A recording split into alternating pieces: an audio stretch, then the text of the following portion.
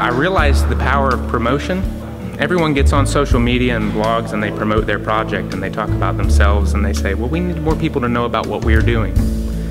Something changed for me after the Create West Virginia conference, and I'll tell you why I'm talking about that more in a moment. It was a world-class gathering. It was fantastic. I was overly impressed with it, and every day I did a post about what happened there, the connections that were made, the people who stood up and said amazing things that were mind-altering. And I started getting hits on these posts because I realized that people back home were seeing it and getting hope that something different, new, and amazing could happen. And I realized that we should peddle hope. We should make our posts and promotions about the community.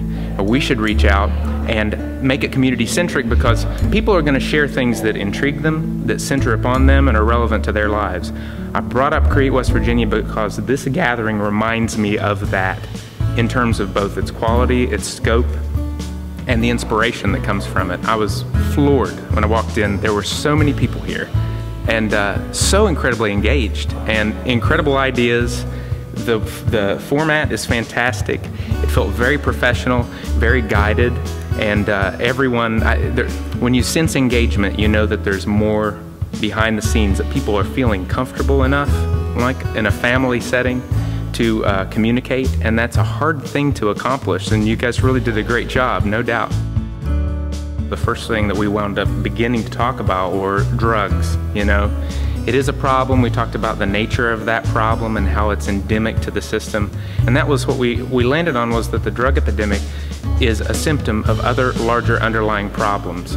And we can treat that symptom in the same way that you can treat pain with ibuprofen, but what you really need is physical therapy. Like, we needed some more intensive work in the city. We needed some more intensive work in the bridges that need to be built. I felt like when I answered my questionnaire, I said this, like, it said, what do you need in order to bring about these ideas that we're spoken about today? We don't need anything. We have everything we need. Like, I haven't heard anyone say that, but I feel that way, especially coming from a gathering like this. We have consistent, strong leadership in the city that is engaged with every single thing that anyone aspires to do here. We have city inspection services that are focused on fostering developments like ours rather than simply enforcing the law. They want to help us into, you know, the future of our development. We have some incredible resources here, both natural, for the tourism industry. Like, we have a beautiful, beautiful state.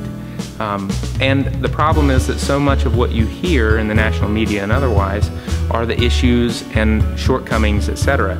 Businesses hear that too. We have a self-esteem issue here. Like, we have a lot going for us, and we need to put those things that work front and center. I see a connected economy.